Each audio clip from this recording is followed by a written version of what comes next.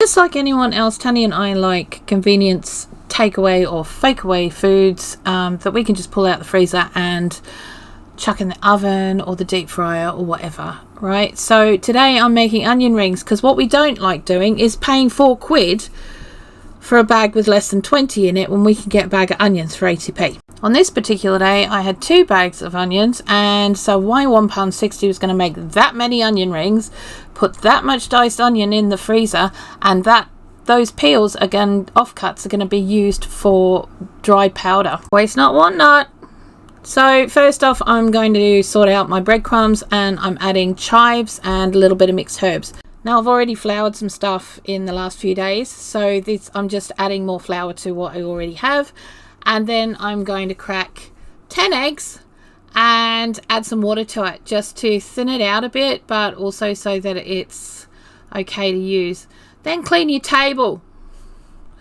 So first off, we're going to flour all our onion rings.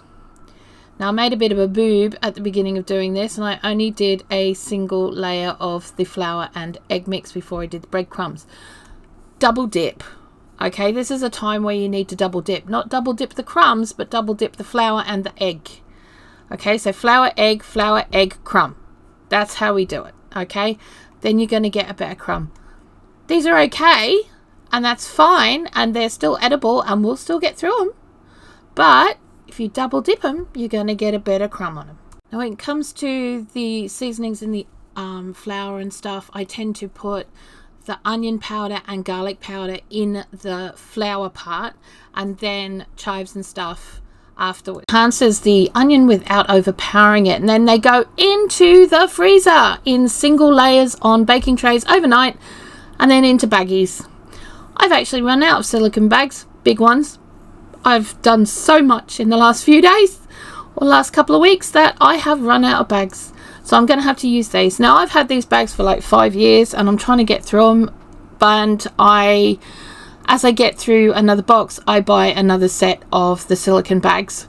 So, you know, but one layer of the baking tray seems to do enough for 1 bag of onion rings. And, you know, it's pretty awesome. We end up with like 5 bags of onion rings.